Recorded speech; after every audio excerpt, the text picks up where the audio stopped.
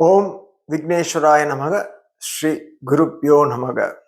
Last 3 videos I was talking about the allocation of the planets in the zodiac system, and we talked about how the planets are divided between inner orbit and outer orbit. Also, when they are placing or assigning the planets to the signs, how carefully the sign property is aligned with the planet property, and there are reasons to that also. At the end of last video, I was mentioning about the king's code in the zodiac system of planetary assignment. Today I am going to explain that. Before going into that topic, I just wanted to mention one thing. Ruling planet. This is the common term used in the Western astrology or people using the English in the astrological language. So whenever someone says ruling planet, it means own house, which I explained in the previous videos. Planet Sun is assigned to Leo. Sun's own house is Leo. So in other words, it can also be said like Sun is the ruling planet of Leo. Likewise, Mars is a ruling planet of Aries and Scorpio. So this is the term. I just wanted to mention it so that you don't get confused when somebody is mentioning ruling planet. Now we will move on to King's Court.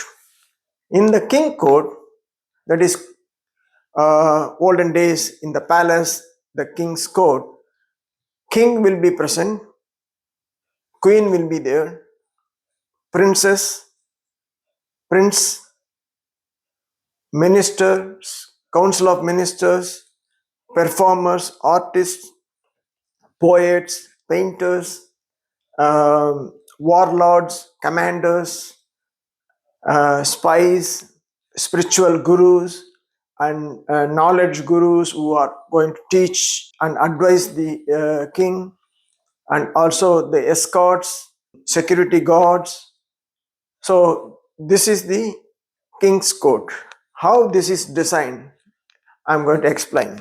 There is only one king and one queen. That is the reason why there is only one sign is assigned to sun, who is the king, and moon, who is the queen. So Leo and Cancer are the signs assigned to sun and moon, also king and queen. All the others are split between the two sides representing each planet. So the first one is Mercury, both sides of next to Queen and this side next to Sun. Mercury is occupying. This is the closest planet to the Earth, representing the prince, princess, and council of ministers. Next to that, Venus is assigned on both sides, representing one side the dance, dramas, and all singing and performing artists is on one side. On the other side, there is artists, poets who paint, who write poems on king and queen, and then also about the country and other side. Next to that, Mars is given one side, commander-in-chief for king, and the other side, the security head, the spy, all those people are split into two sides. And then comes Jupiter, representing the spiritual guru and knowledge guru, and also who perform the religious activities for the king and for the whole country, and also advises on so many matters to the king and all the other people. Next, Saturn is they are together safeguarding the entry points of the court or the fort. So representing the escorts, security guards, and soldiers represented by Saturn. So this is how the king's court is represented in the zodiac system in the Vedic astrology. That is why Sun and Leo are representing the king, the leadership, the government, and etc. Like that, each and every planet representing that position in the king's court in the karakatvas or the responsibilities assigned to the each planet and associated signs also.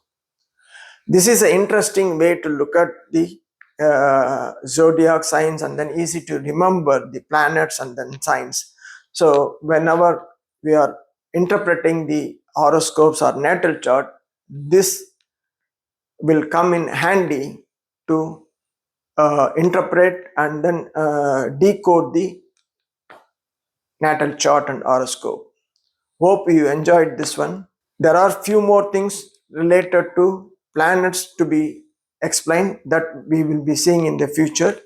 Thank you.